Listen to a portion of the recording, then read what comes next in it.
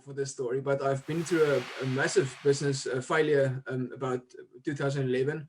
Yeah. And at that stage, it felt like the whole world is falling apart. But that was the biggest cornerstone of changing and looking at how can I live my life differently, and Right. what am I living for? And I believe when you see a failure as an opportunity to grow for new opportunities that come from that. And suddenly everything just came like, you know, Yeah. and I was like, as they say in voice, I'm and here's what I started doing. I said exactly what you said right now. I started changing the story in my head. Something I learned from him was the secret sauce to business is generosity. Wow. You can never give too much. So this is my mission. This is what drives me. I believe that my most important thing that I can do in my life is transform consciousness on this planet. And how do I do that? By creating a world of powerful self-expression. Because when you start living a life with purpose, as you said everything earlier, you are like a magnet. And whatever energy you put out determines what you get back. When you start living your life with purpose, you find that everything conspires to help you make it happen. And one of the things I actually took away from there was just what you just said: be authentic, be yourself. Everybody else is taken, but God doesn't make extras. Be your authentic self and just live like you say. Just be you. Something he actually said on the stage on the second day was a lot of people sent him messages and say thank you for the day and it's amazing and everything. And something he said was very profound, and it was, take your own power back. Stop giving your power away to other people. Doesn't matter if it's a celebrity or a motivational speaker or anybody. It's great. It's great to follow everybody. It's great to follow Robin, both Robins. Yeah. But be a student, not a follower. Be a student of the work and evolve in yourself, evolve in your own authentic ways. And then you can start adding value in your own kind of value to the world. I love that. And it amazes me how 6 weeks ago, most people thought our president is doing such a great job and we're so proud. And now most people are going, the bloody idiot. When is he going to get it right? And here's my invitation to you. Stop reacting. Thank you for watching. Just a quick reminder to grab your gift pack for entrepreneurs in the link below.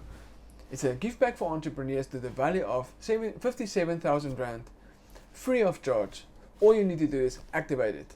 Part of that gift pack for entrepreneurs is a voucher of 3 months for 3 months free accounting services from a company, Dryk Holdings. All you need to do is activate the gift pack voucher in the link below, and we will be in contact with you as soon as you've done that. Thank you for watching, and back to the interview. Excellent. We are live, and I'm very excited to have me on the video with me, Robin Banks. Thank you very much.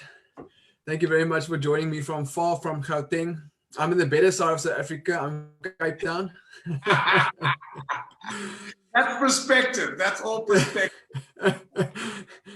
Definitely a better part. The only bad part is to be in level 4 and not level 3. I know. Well, I love the one that came through last night. You know, those WhatsApp ones.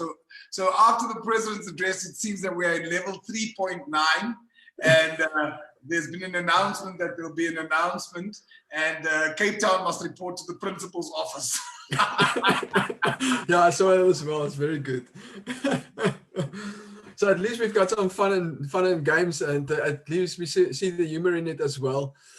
But surely it's tough times, and there's a lot of entrepreneurs currently in distress and in fear of what's going on. Not only entrepreneurs, but today is all about entrepreneurs.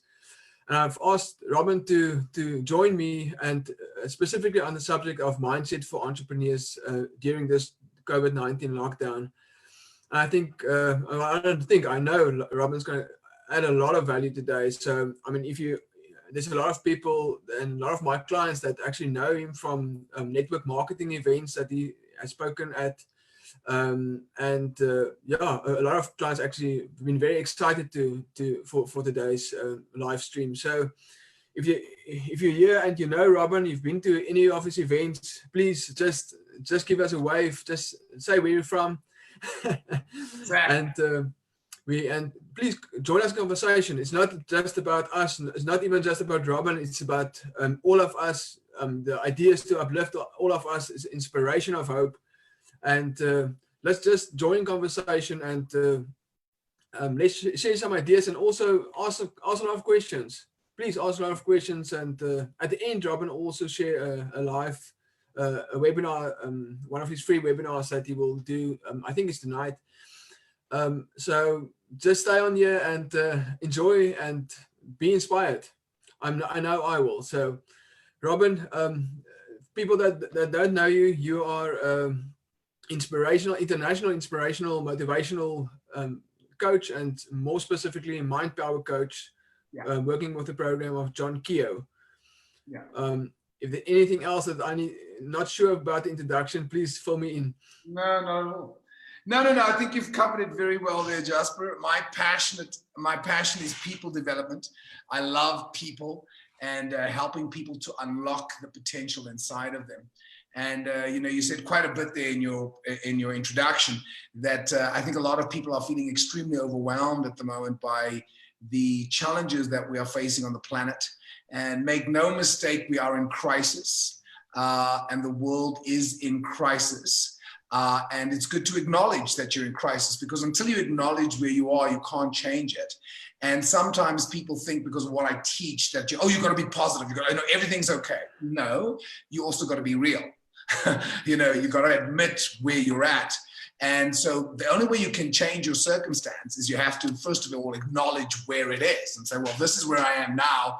Where do I want to be? But you can't, I think you've probably heard the analogy that if I dropped you in the middle of nowhere with a helicopter and I just said, okay, Jasper, here's a map and I want you to get to Cape Town City Center in Bree Street.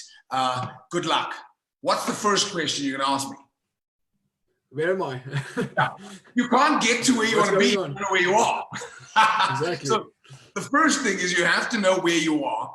And so what I want to say to all the people online is no matter what the situation is, it's important to have a vision for success. And one of the things I teach people is that it's important to have a vision that really excites you. You've got to have a vision of the future that is much greater than where you currently are.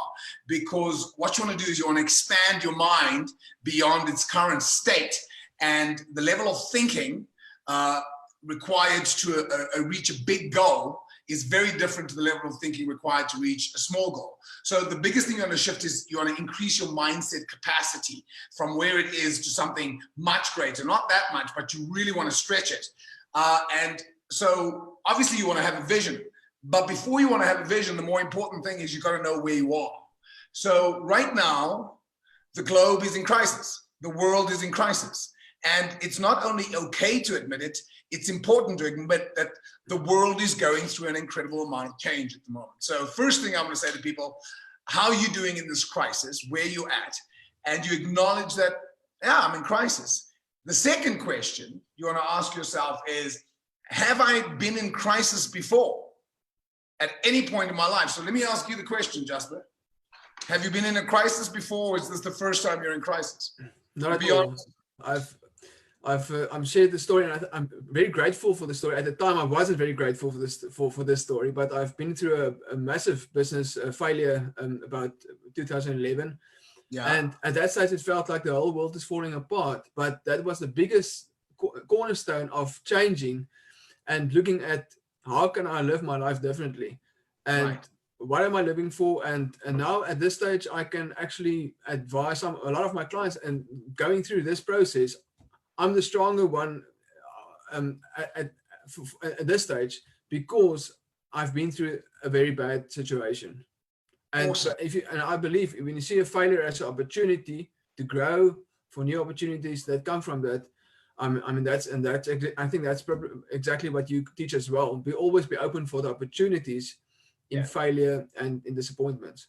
Now, you just said a hell of a lot there in that statement. And if people really were listening to what you said, you've actually just said an incredible amount. The first thing, if I want to break it down, the first thing is you've been in a major crisis before. You were in a major business crisis before. And so the first thing is to acknowledge that not only are we in crisis as a globe, have we been in crisis before? And you've just said, yeah, I've been in crisis before. I was in a major crisis. I've been in many crises before. Some of them were massive. The one that I thought was the biggest was at the age of 24. The woman of my dreams, the love of my life, ended our relationship. And I was devastated. I felt like she literally put her hand into my heart, ripped it out. And I just was absolutely devastated for 6 months. And I thought I'd never love again. It felt like it was the end of the world. And it just felt like everything, it was just terrible. It was a hectic crisis. And have I emerged out of that crisis? Yeah, I'm in love with a beautiful woman right now. And I've emerged out of that crisis. I've had health crises where I burnt out 3 times in my career, where I was so exhausted I literally couldn't get out of bed. And so here's the point. Did you get out of the crisis? Yes, you did. So here's the thing I want to say to people is that we are in crisis. We've all been in crisis before, and you always get out of crisis. So those are the 3 things. We're in crisis. Have you been in crisis before? And you always get out of a crisis. So here's the point, guys. Sometimes what happens is when we're in the midst of the crisis, we can't see our way through. And because we can't see our way through, we think, shit, this is the end of the world. Oh my God, I'm never going to get through this. Well, look at your history. Did you get through crisis before? And you said something there, Jasper. You said something that hit the nail on the head. Not only did you get out of the crisis, you emerged even greater as a result of the crisis. Because crisis can either make you or it can break you. And here's the best part, it is 100% up to you. No one decides whether it's going to make you or break you except you. And Jasper, what you did is, as opposed to seeing it as a failure, and this is the end of your business, you use that feeling for fuel to inspire you to reach for another level and say, you know what, I'm not only going to get out of this thing's going to make me even better. So here's what I want to invite people to do. The first thing is admit where you're at. And if you're feeling anxious, it's okay to admit I'm feeling anxious. If you're feeling fear, I ask in my webinar when I do a question, I say, how are you feeling about the current crisis? Are you feeling anxious, neutral, or optimistic? And interestingly, I find that 25% on average of people feel that they say they're anxious. 25% of people say that they're feeling neutral, and 50% say they're feeling neutral. Now optimistic, sorry. So 25% say anxious, 25% say neutral, 50% of them say they're feeling optimistic. Now that could be 2 things. Either because they're coming to webinars, they're already geared in a positive way that they are feeling optimistic, which is very likely. Or the second thing is they're lying because they want to feel good and they want to pretend. But either way, the most important thing is don't deny your feelings. Don't deny what's going on inside, because when you acknowledge, oh my goodness, I'm feeling anxious. Okay, what am I going to do about it? So, oh my goodness, I'm feeling fear. Oh, good. Oh, all right, great. So what am I going to do with this fear? So the one question I get a lot, and you may too working with entrepreneurs, how do I overcome fear? Well, you never totally overcome fear. Fear is run into it. What was that? You just run into it and it runs away. You acknowledge that it's there. And I love what Tony Robbins says. Fear tells you to get prepared. Fear tells you, okay, I better gird my loins. I better get focused. And at the beginning of this, of lockdown, I mean, I run seminars for thousands of people at a time. And as you can imagine, yeah, that's come to an end. And that's not going to happen for, I reckon, at least a year. At least another year before I can have seminars. And I think that's the minimum. Before I can have seminars where people are literally sitting next to each other and they're massaging and hugging, because that's what I get them to do in my seminars. That's not going to happen for another year. So what happened for me personally is for the first week to 10 days, I went inside and I just thought, okay, what am I going to do? Because my business model has come to an end. What I did before isn't going to work for the future. And so I acknowledged the fact that I was feeling anxious. I acknowledged the fact that I was feeling fear, but I didn't become the fear. I don't know if you can get the distinction. Feel the feeling, don't become the feeling. Feel the fear, don't become the fear. Feel the anxiety, feel the guilt or the shame, because your feelings are there to guide you. And what you have to do is say, oh, this is how I'm feeling. Okay, cool. What do I want to do with it? Because everything is energy and your feelings are energy. The word emotion literally means energy in motion. That's what emotion is, energy in motion. So the feeling can actually be your way out of the situation if you can find out how to control the feeling rather than have the feeling control you. So feel the fear. And I felt incredible fear because I've got a big team. I've got to make sure that I'm paying all their salaries. I've got huge overheads because I run businesses for thousands of people at a time. So my overheads are big. And suddenly everything just came like, you know, and I was like, as they say in Khoisan,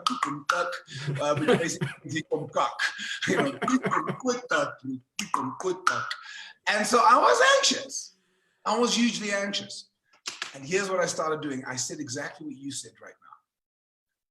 I started changing the story in my head. I started telling my mind what I wanted it to believe. Now, what I was telling it in the beginning wasn't true. In the beginning, what I was saying to it was absolute bullshit. It was just an affirmation. But I started saying to myself, I'm going to emerge even greater as a result of this crisis. This is the best thing that could ever have happened to me and my business. I'm going to emerge even greater as a result of the crisis. This crisis is going to make me stronger. I'm going to emerge even greater as a result of this crisis. This crisis is going to make me better. And I didn't know how. But here's the point. Any thought that you feed your mind starts believing. Now, as human beings, we don't get that because we go, but it, you know that saying, I'll believe it when I see it. Have you heard that saying? For sure. And you know what it should be, right? Surely you know what it should be. Yeah, for sure. What it should be is I'll see it when I believe it. So first you have to convince your mind of another way of being. And here's my point. What if I told you that today, as I'm sitting here with my business is doing better than it was 3 months ago? Amazing. I think there's a variety of people that actually, if they took that, like you said, took that opportunity and revisit the whole structure of the business, because we do that in the winter time. We fine tune our business in the winter time, and we actually change that.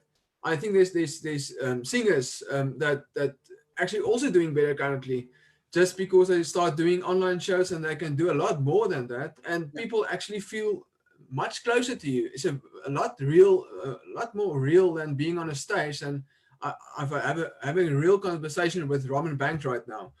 Yeah, it's exactly. So I think that's that personal touch that you start getting from these kind of things. Yeah, and also the other thing to get is that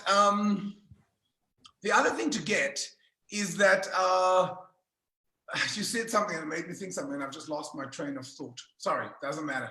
But what I was going to say about that is that, oh yes, that's what I was going to say, is a lot of people are focusing on what they can get rather than focusing on what they can give. And I really want to say that again.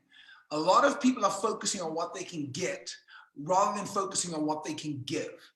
For those of you who want to make more money, let me give you one of the biggest secrets. There's 7 major secrets to making money, and we can discuss it another time, but there's 7 major secrets to making money. One of the biggest secrets to making money is to add more value. Yes. When you truly add value to other people's lives, they'll come back. Because if you're just giving them something because you want to sell them something so you can get something, that's a short-term interaction. It's a short-term transaction. But if you can actually say, well, what do people really need and how can I give it to them right now? Bill Gates, who is a legend of a man, what an amazing guy. I was watching him being interviewed by BBC the other day, and I was really listening carefully because he inspires me. I think he's one of my greatest inspirations. I just think he's so humble for somebody who's worth billions of dollars. And he's real, he's authentic, he's down to earth, and what you see is what you get. There's no show, I actually think he's of all the billionaires that on the planet, I just think he's the coolest billionaire because he's just real. There's no stuff behind him. He wants to make the world a better place. I relate to him. And here's what he said, Jasper. I loved it. He said, to the companies who are doing really well right now, what I'd encourage you guys to do is rather focus on breaking even and adding value for those who are struggling. Massive. I was like, yo, that's cool. That's cool. Now, I'm not saying to all the entrepreneurs on the line that, you know, just break even. But what I am saying is the focus now should be on what can you give rather than what can you get. So my seminar, I have slashed the price of my Mind Power seminar by, I'm just trying to figure it out. It's costing 20% of 25% of what it normally costs.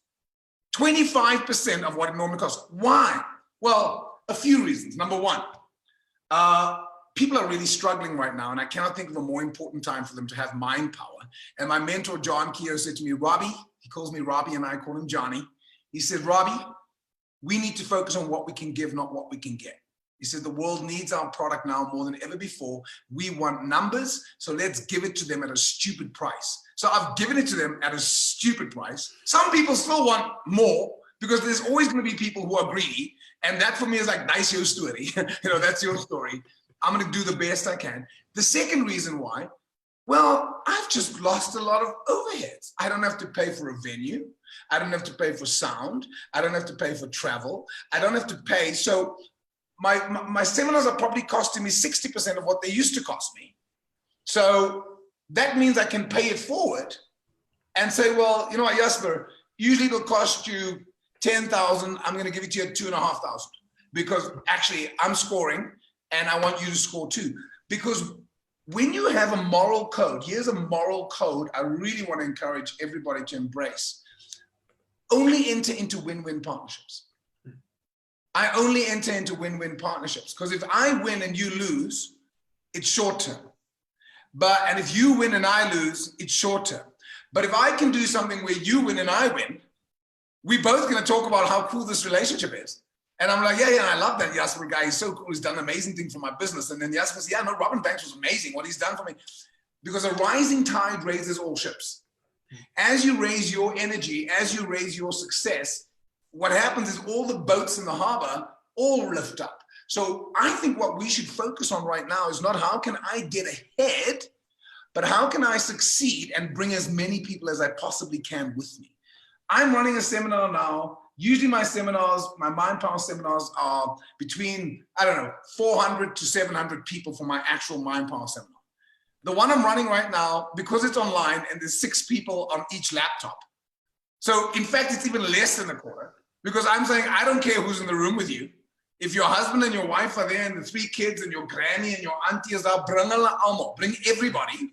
Let's all be together because I want you all to grow together because a rising tide raises all ships. So when you have the perspective as an entrepreneur about not what can I get, but rather what can I give, obviously you need to take care of yourself. Don't give to your loss.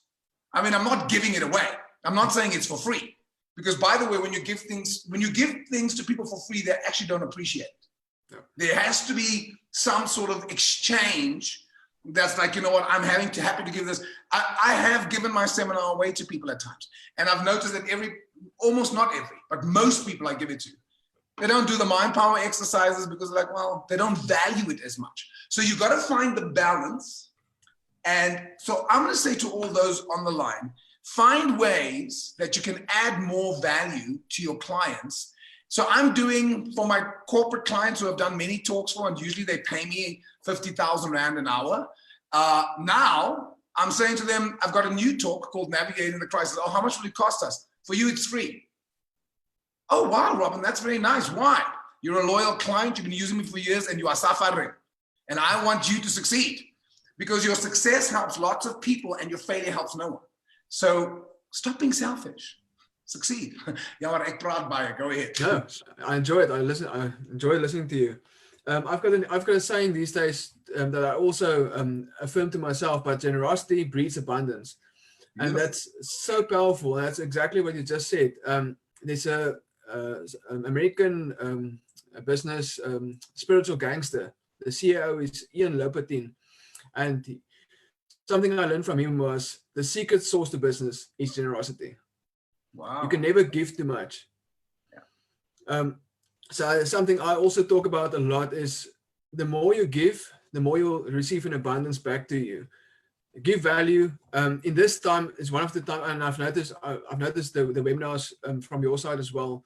But climb out of the box, get out of the fear, and start just adding a lot of value to your clients and to people in general in South Africa. In my case, and anyway, in South Africa, just adding a lot of value, and you will attract the people that need to be attracted to you. I think that's also important.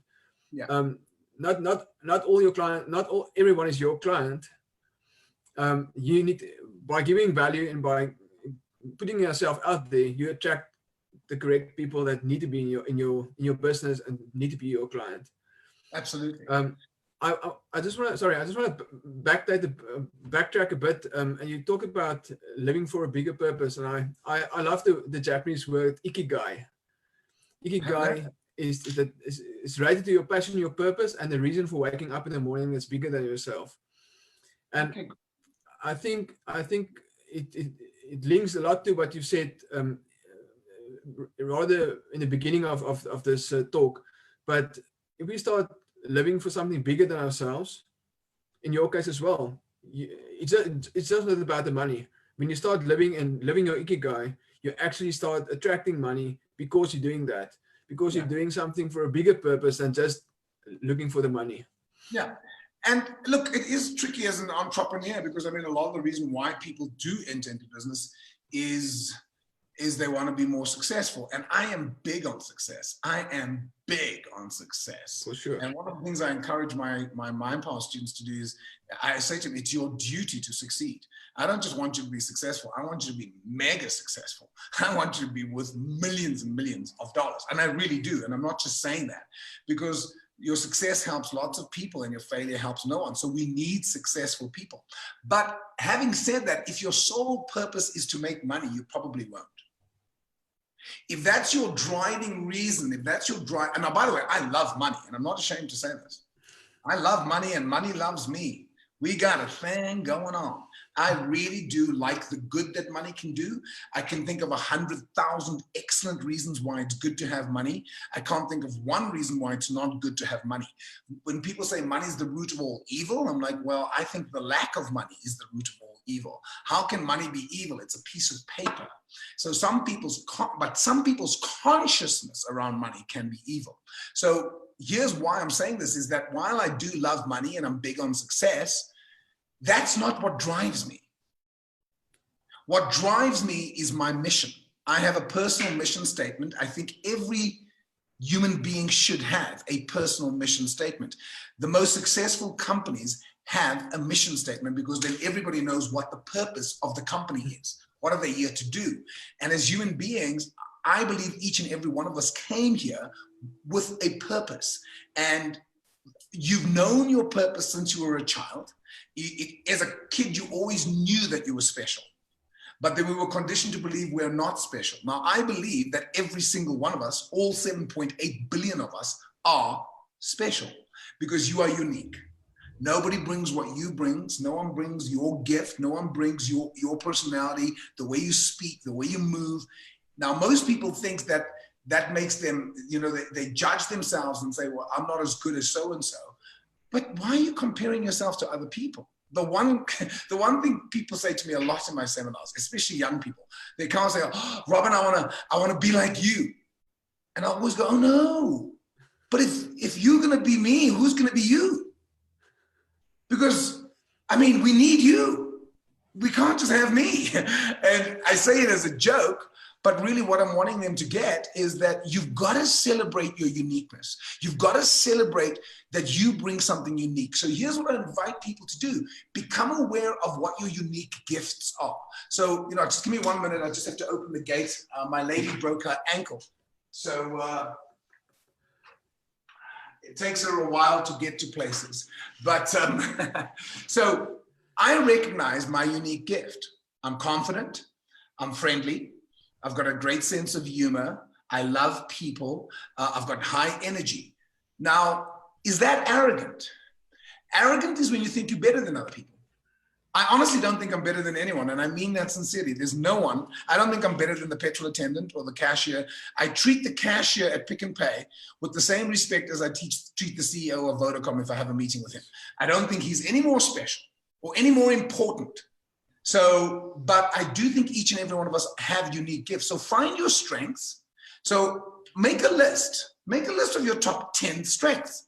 And not in a, like an arrogant way, but just in a way like, Robin, geez, you're really a confident guy. You've got a great sense of humor. You speak well. You are dynamic. You're enthusiastic. You are very, you want to make the world a better place. So I make a list and then I think, okay, now, what do I think my mission is? So I created my personal mission. Now my mission statement, I don't know, I didn't plan to talk about mission statement, but I trust what comes up, as you said. For sure. The guy who taught us personal mission statement said to us that your mission statement, your personal mission statement needs to be something so grand that you'll probably never achieve it in this lifetime. But each day you can take another step towards achieving it. Because if it's finite and you do achieve it, then what's the point of being alive? So you need to create it in such a way, you need to write it in such a way that it is something that you're constantly striving towards. You're never going to get there. But every day you can get closer, if that makes sense. Now, you don't say that to someone like me, because I then wrote the mission statement. And I remember after putting it together, and it took a good hour to write it, maybe even longer. And I remember looking at it going, that's me. That is totally who I am. I love it. And when I shared it with the group I was sitting with, everybody around me was like looking at me. And I could see this one kid looking at me with big eyes. It was in Sioux City hour. And this one guy says, man, that's a bit over the top, man. Like, I can't relate to that. Could you just make it real? Because I mean, like, that's like way out there. Could you just bring it down a bit? Because I can't relate to that. And as I looked at it, I thought, yeah, it is a little bit grandiose. It is a little bit big. And so I tried changing it. And I tried changing it many times so that it sounded nicer and more fluffy. And only after about a year and a half, I thought to myself, if a mission statement is symbolic of who you are as a person, am I an over-the-top kind of a person? Now, please be honest now, Jasper. Do you think I'm an under-the-counter kind of a guy, or do you think my personality is more over-the-top? What do you think? I definitely don't think you're an introvert. I am so extroverted. I walk into a room, you know I'm coming before I walk in because I am loud. I am over the top. So when I thought, well, am I over the top? I thought, yeah, I'm totally over the top. I'm loud. I'm very big in my personality. So wouldn't it make sense that my mission statement is over the top? And today I love it. And this is my mission statement. My mission statement is that I believe that I am here. Spiders everywhere. I believe I'm here because I am here. I transform global consciousness by creating a world of powerful self-expression. So this is my mission. This is what drives me. I believe that my most important thing that I can do in my life is transform consciousness on this planet. And how do I do that? By creating a world of powerful self-expression. What does that look like for me? Well, one way is that I stand on stage in front of thousands of people and I express myself powerfully. But more important than that, I teach other people to express themselves powerfully. So you find what is your unique gift, Jasper? What do you bring? Because if you don't bring it, no one's going to bring it. So we need you to be the best you can be if we're going to make the world a better place. So why I'm saying this, and initially I thought that in order to transform global consciousness, I need to be on stage in front of thousands of people. And then suddenly one day I realized, hold on, I can just speak to the petrol attendant and I can make him laugh. And in that moment I've transformed his consciousness. I can just speak to people around me and help them see life in a different way in a moment, and I've transformed consciousness. So it doesn't, as Mother Teresa says, we cannot all do great things, but we can all do small things with great love. Isn't that beautiful? We cannot all do great things, but we can all do great things with small love. So a small thing, sorry, we can all do small things with great love. So coming back to what we're actually discussing, is that give more. Now, you don't have to give money. You can if you want to. Giving money is awesome. I once got on I was leaving the golf club in Rand Park Golf Club in Randburg here. And as I was driving out the club, I saw this domestic worker walking, and I knew she's probably walking towards Cresta. So I stopped to give her a lift. And I said, do you need a lift, Ma? And she's like, oh, please, oh, that would be so wonderful. I'm so tired, please, yes. So I said, okay, come get in. And as she got in and she closed the door, I said, oh, by the way, that'll be 50 Rand. And I pulled her, oh, no, I don't have 50. I said, it's too late, 50 Rand. And so I started, and this woman's like, no. I said, I can't stop now. It's too late. So we started chatting, and I said to her, where's she from, and where does she work, and da-da-da. And then as we got to Cresta, as she was getting out of the car, I opened my wallet and I took out 50 Rand. And I said to her, where are you going? I said, that'll be 50 Rand. So I gave her the 50 Rand. She says, oh, I thought I'm going to pay. I didn't say that. I just said it will be 50 Rand. And she went, oh, thank you.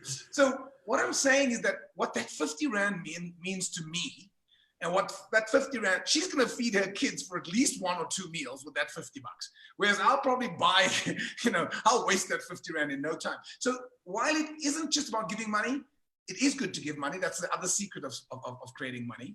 The other secret is be generous. As you said, this guy said, the spiritual, what did you call it? Spiritual gangster.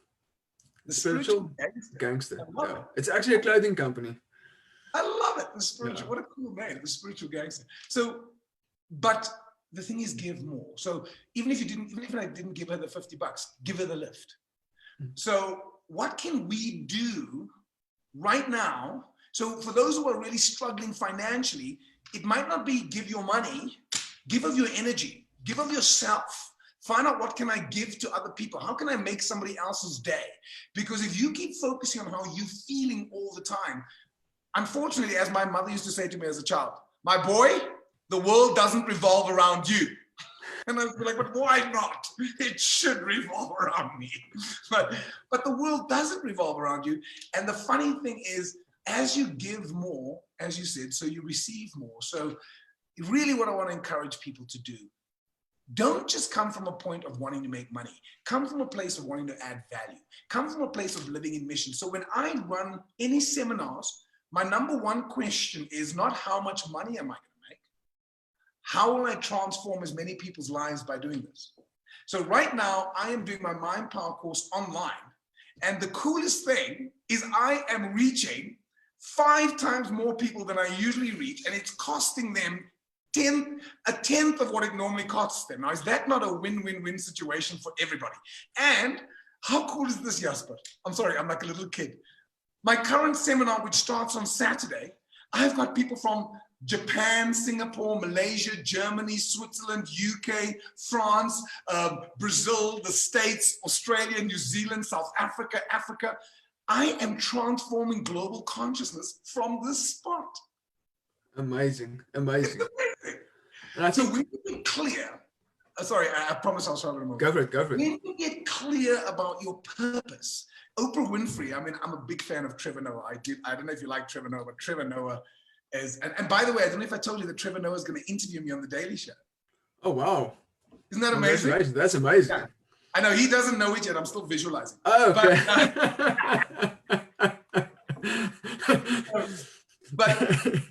But he interviewed Oprah Winfrey, and you should Google it. Those of you who are listening, you should Google. It's an interview with Trevor Noah and Oprah Winfrey. And I'll even tell you, from 5 minutes and 11 seconds, it's on YouTube. From 5 minutes and 11 to 6 minutes and 11, she says the most profound thing in 1 minute. The most important question anybody could ever ask themselves is, what do I want? That's the most important question you can ask yourself. What do I want? Now, not just what do I want materialistically. I want to drive a Mercedes Benz and I want to live in a beautiful house. And those things are cool. And I want you to have those things. But at a deeper level, what do you really want out of life? Why are you here? What do you want? Because when you start asking that question, what you find is the universe, God, Allah, Buddha, Krishna, Ram, everything conspires to help you to find your way. Because when you start living a life with purpose, as you said everything earlier, you're like a magnet. And whatever energy you put out determines what you get back. When you start living your life with purpose, you find that everything conspires to help you make it happen. So today, I wrote this down in April 2000. When I wrote this mission statement, I was only speaking to groups of like 30, 40, 50 people at a time. And here I'm writing down, I transform global consciousness by creating a world. I'm like, who the hell do I think I am? It's very weird that today, 20 years later, I have traveled to most countries on this planet. I speak to thousands of people, and I am helping transform people's lives from around the world. Because when you become clear about your purpose and you set the intention, what happens is that everything conspires to help you make it happen. So I do want to go back to one thing before I hand back over to you. You've got to find your purpose. You've got to find your unique way. Don't try and be like somebody else. Don't try and be like, you can learn from Bill Gates. You can learn from the great leaders of our time. You can look to them for examples, but find your way. Because the way you do it, no one's going to do it the way you do it. You are unique. No one has your voice. No one has your accent. There may be people who have a similar accent, but nobody has the combination of factors that you have. And you shouldn't only recognize your uniqueness, you should celebrate it. There's nobody like me. And this puts you at an advantage. So just some thoughts to ponder. No, thank you very much. I think me and my wife last year, June, when we still could have traveled, we went to Canada, Toronto, to Robin Sharma's PMA live event. Amazing. And one of the things I actually took away from there was just what you just said: be authentic, be yourself. Everybody else is taken, but God doesn't make extras. Be your authentic self and just live like you say, just be you. Something he actually said on the stage on the second day was, a lot of people sending messages and say thank you for the day and it's amazing and everything. And something he said was very profound, and it was, take your own power back. Stop giving your power away to other people. Doesn't matter if it's a celebrity or a motivational speaker or anybody. It's great. It's great to follow everybody. It's great to follow Robin, both Robins. Yeah. But be a student, not a follower. Be a student of the work and evolve in yourself, evolve in your own authentic ways. And then you can start adding value in your own kind of value to the world. I love that. And you know what I love that is that for me is so spot on, and yet so many of us don't really get it. When you are your authentic self, when you truly, when you really are just you, and I'm not perfect at doing that all the time, and I don't think any of us really are. But I find that my best seminars is not when I'm trying too hard, or I'm trying to impress, or I'm trying to this, or I'm trying to that. When I'm actually just being me, it naturally flows out of you. Probably one of the things I'm proudest of is Lyra is one of my Mind Power graduates, and I didn't know that. I had absolutely no idea that she attributes mind power to her success. She did my course in 2003. But here's what I love about her, because we've become friends. She's so real. She's so authentic. She's so down to earth. She is who she is. She's not trying to put on a show. She's not trying, there's no drugs, there's no, some of the guys who will become famous don't know how to handle it, because they think they need to be someone else in order to impress their fans.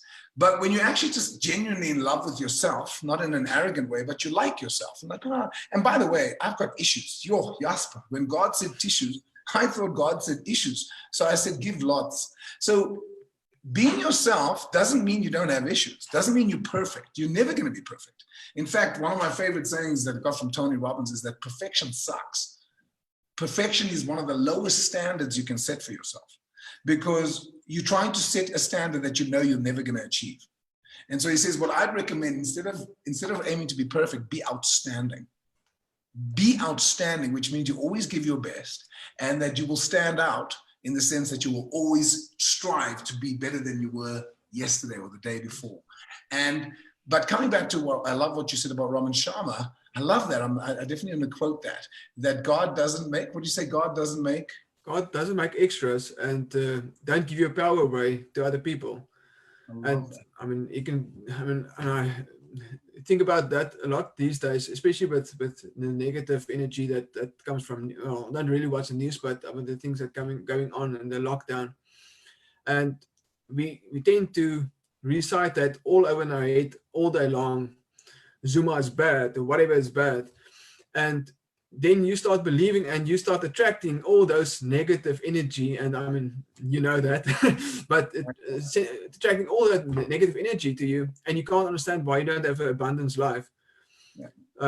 Because I affirm on a daily basis, I can't make money. My business is terrible currently. The president is bad, whatever the case may be. So it amazes me how 6 weeks ago, most people thought our president is doing such a great job, and we're so proud. Now most people are going, the bloody idiot. When is he going to get it right? And here's my invitation to you. Stop reacting. Yeah. Stop reacting to things you can't control. You know, like, I mean, last night we were watching the president's address, and I had to say to my lady, babe, stop reacting. No, but the idiot can't, he must, this is, you stupid, why? And I was just like, why are you giving your power away? You're going to change absolutely nothing. He can't hear you, first of all. Now, I'm not saying that people should get away with the things they do and you just let them walk all over you. People need to take responsibility for their actions. But it's very important, sorry, I have to open that up. Someone's opened it, great. It's very important that you get that by you reacting to anything, you're feeding it energy. Rather feed your energy into things you can control. I'm sure most people have heard of this, but there's a beautiful book by, what's his name again? 7 Habits of Highly Effective People. Stephen Covey. And I'm sure you've heard this, but it's one of the most profound things. I read it 25 years ago, and this is the thing I took away the most. And what he said, do you know the sphere of influence? What he calls the sphere of influence. So I've read that book many moons ago. What it basically is that in all our lives, there are things that we can control, and there are things we can't control. And if this symbolizes, everything that there is going on in the world at the moment, and, Donald Trump and his issues, and the COVID-19 and the global economy, and the global climate crisis, and there's a lot of stuff that we can spend our time worrying about. So what do most people do is they spend their time worrying about things they can't control, which is completely pointless, because why worry about something if you can't do anything about it? It's completely counterproductive. What you should rather do is focus your time worrying about the things you can control, not worrying about it. Even the word worrying has got the wrong vibration frequency. Focus on it. Focus on the things you can control. So what this is called is your sphere of influence. I forget the word for the bigger one, but your sphere, and I haven't spelled it right, but don't worry. So this, and usually it's smaller than this. Now, when I first started doing the work, my sphere of influence was probably this size, because I didn't have much impact in my country and in the world. But I focused all my attention on, well, what can I change? Well, I need to make sure I'm successful. So I can't, you can't teach other people about success if you haven't achieved success. I'm sorry. I was like some people say, Robin, don't you feel ashamed of the fact that you've made so much money? And I'm like, why would I feel ashamed of the fact that I've made so much money? But I said, well, if you come to my seminar and I tell you that mind power can make you a multimillionaire, a dollar multimillionaire. Look, I haven't done it yet, but I do know it's possible. Why would you listen to me if I haven't done it? You want someone who's an example and go, well, shit, if he can do it, if this colored boykie from Riverlea, who got 46% from a trick, which is an E for enough, can create a success out of his life, why can't you? It's your story in your head that's stopping you from being successful. So what you want to do is change your story. But in the beginning, to be honest with you, my focus was on my success. So while what I'm saying is 100% true, focus on what you can give. But in the beginning, the most important thing you want to do is make sure that you're successful. Because people often say, no, Robin, I want to teach this seminar because I want to help other people. Yeah, first help yourself. You first, now this almost sounds like I'm contradicting what I'm saying earlier, and I'm not contradicting what I'm saying earlier. What I am saying is helping yourself doesn't mean you're not generous to the rest of the world. You can still give of your energy if you can't give of your money. You can still give of your spirit. You can still give of your heart. You can have the spirit of a gangster. Like a spiritual one. But the more you focus on your sphere of influence, and the more you start, what happens is your sphere of influence starts growing and starts growing. So your sphere of influence, now you can control things in the world. So Bill Gates' sphere of influence is much greater than mine. Massive. I mean, do you know how much money Bill Gates gave to his Melinda Gates Foundation? Do you know? Take a guess. Take a guess. A few $1 billion. 30 billion. 30 billion dollars. His buddy Warren Buffett, because they're good friends. I don't know if you know they're really good friends. Warren Buffett was so inspired that he gave $31 billion. Must have been a bit more. Yeah, he had to give a little extra.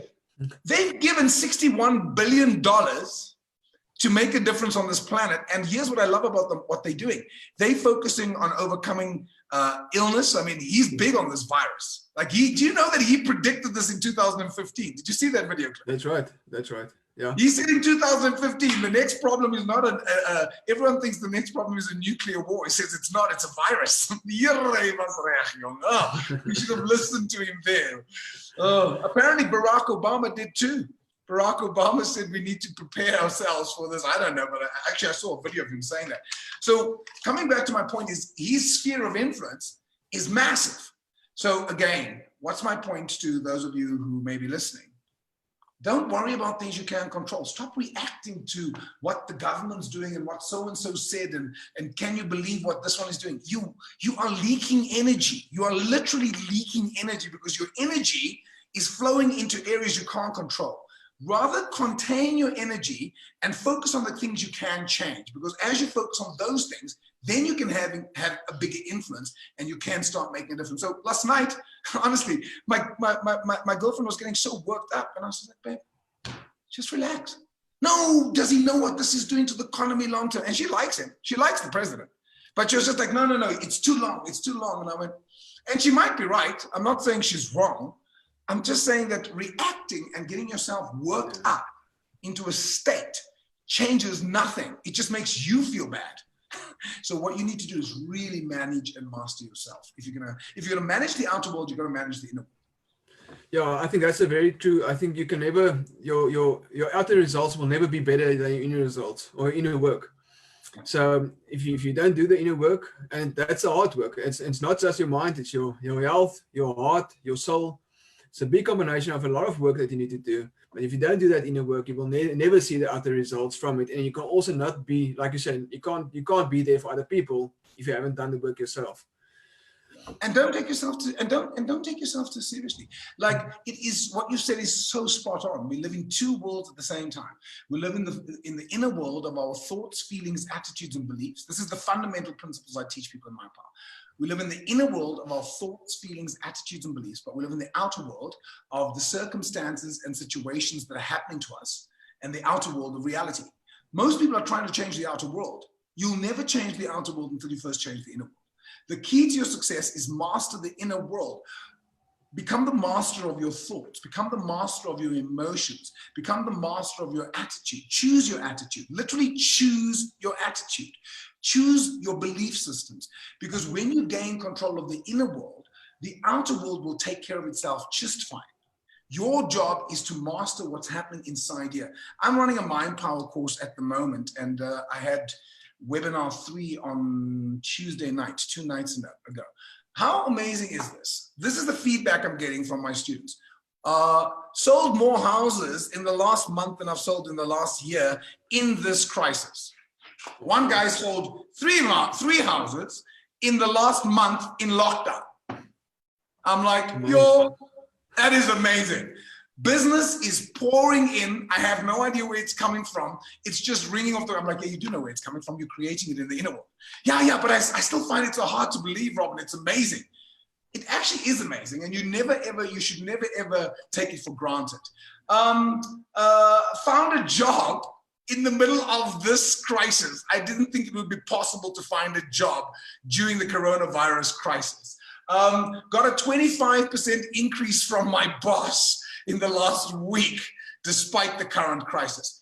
Because what you'll notice is when you take control of the inner world, when you master your thoughts, and I really mean master them, and you never fully arrive. I still catch myself having negative thoughts. I catch myself being reactive, but the thing is, catch yourself. Don't judge yourself. Oh, shit, what's wrong with me? I'm being negative. I'm being negative. Okay, let me change that, because as you change the inner world, you'll start noticing that the outer world will take care of itself just fine. So truly, the greatest gift you can give yourself is to know yourself. Know thyself. That's the biggest gift. Know your emotions, know how you react to situations, see yourself and go, oh, wow, look how he's behaving. That's interesting. So you don't judge yourself. Oh, he's been such an asshole. That's the worst thing you can do. You want to become your own best friend. So why I was just saying that is master the inner world. It does take work. It does take discipline, but undertake to do it joyfully. Don't take yourself so seriously. Laugh at yourself. I mean, I laugh at myself. Literally last night, I was running a webinar. There were about 900 people on the webinar. I didn't know if it was my laptop, but I now think it was actually my platform, GoToWebinar. I believe they're just overwhelmed. My bloody laptop, I had to reboot it 3 times. 3 times. And it just kept freezing. And I was like, seriously? And you should have been here. I'm rebooting. I'm sitting here completely alone. And I am laughing myself sat. I'm like, this is absolutely ridiculous, because how fascinating. Because if you take yourself too seriously, you're never going to be happy.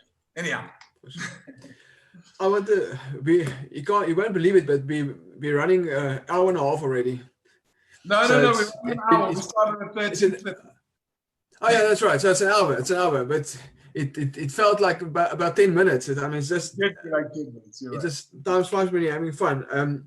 So I think there's one thing I still want to discuss. I haven't been through my questions at all, and it's great. I told you from the beginning, we just let the energy go wherever it needs to go, and wherever we are when we're supposed to be, we are where we're supposed to be. Right. So, but the one thing that I think a lot of people back regarding, talking specifically about money, is the limiting beliefs about money. And I quickly think about you mentioned the root of all evil, I think, and money doesn't grow on trees. And one thing I think as well is all rich people are thieves and liars. And I think you've questioned that, actually answered that in this conversation. But I think I know a lot of people that have a lot of money that's good, and that's evil and bad. And likewise, the same with people that don't have a lot of money. That's very good people and very bad people. So I think one of the difficult things for myself as well growing up was the limiting belief about money. And it's only rich people all evil and thieves, and he must have done something, stole that money, or must have done something wrong to receive that money. And once you overcome that thoughts, and again, it's going to affirmations all the time and doing a lot of inside work. But once you realize that that's not the case, at that stage you actually open yourself open for abundance, because then you start giving in abundance and giving generously. So I think that's, if there's a big take for everyone on here in this lockdown, I know it's stressful. I know it creates fear. But step outside today, be your authentic self, and start giving value, because each and every one of us can add value on at least one aspect in life. And we all need you to be your authentic self and we need your energy in this time to create a positive energy vibe. Absolutely.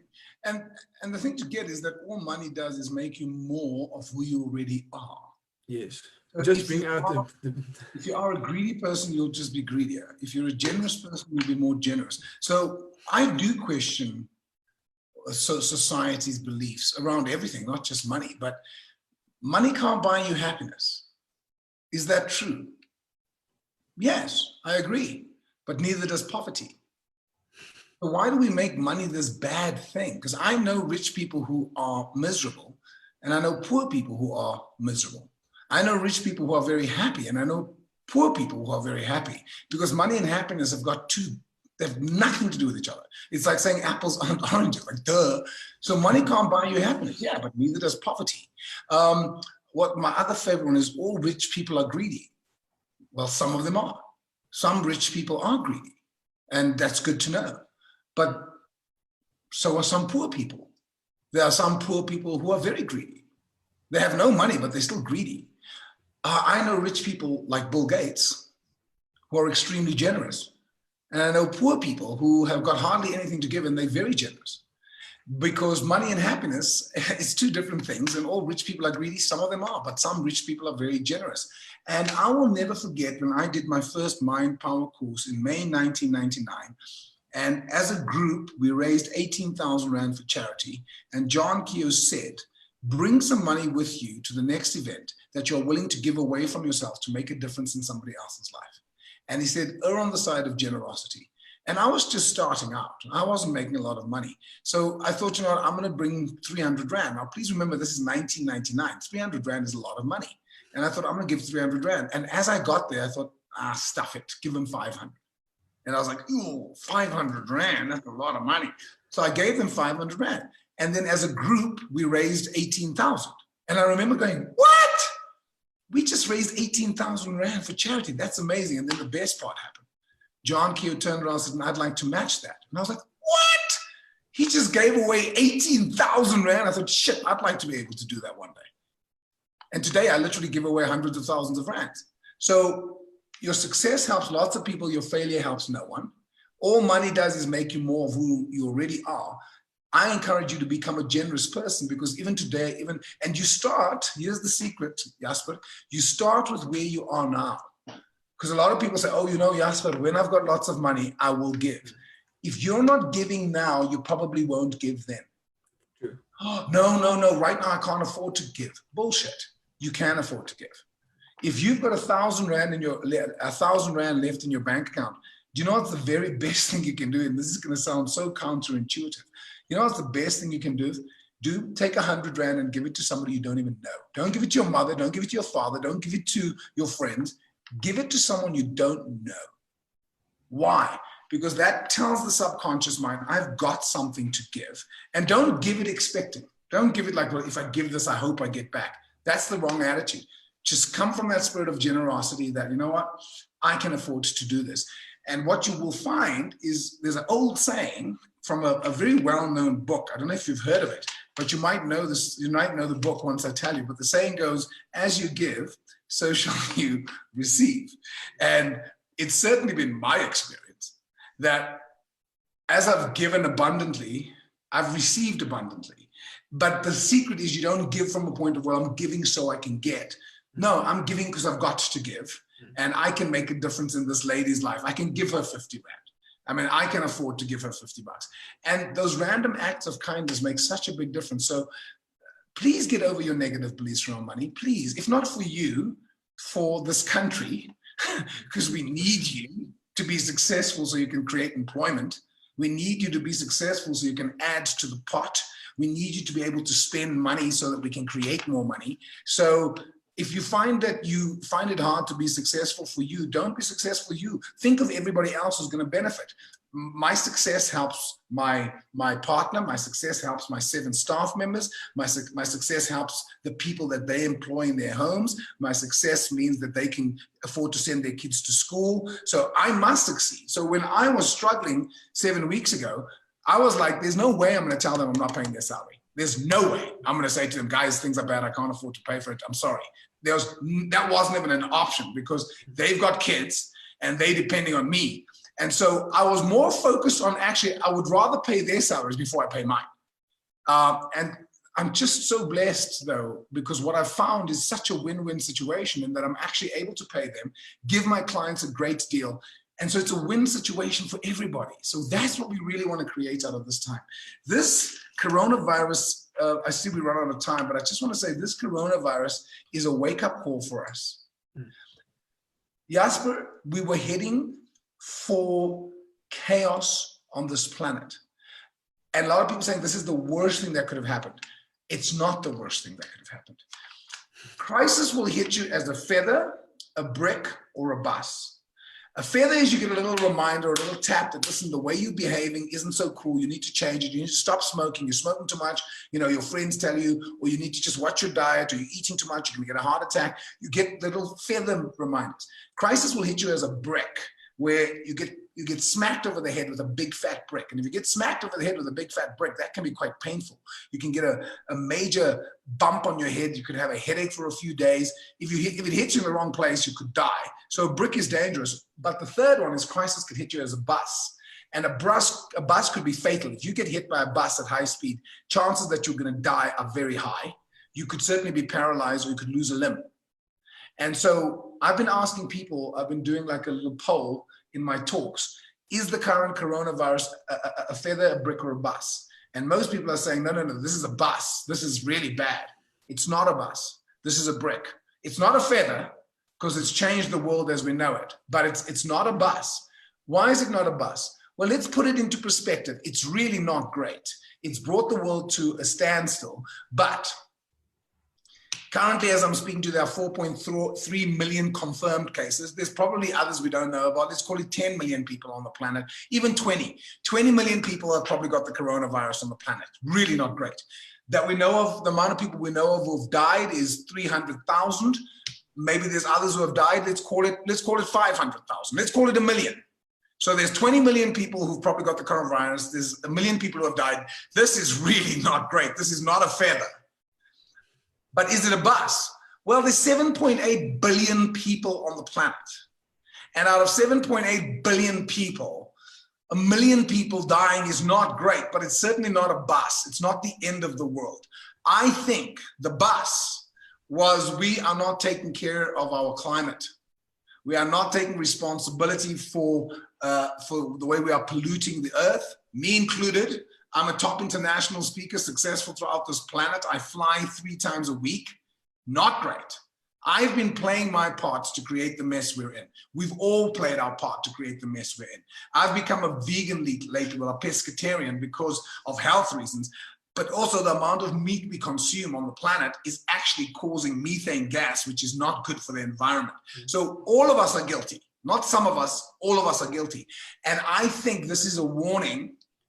And we are actually being invited to change the way we see the world.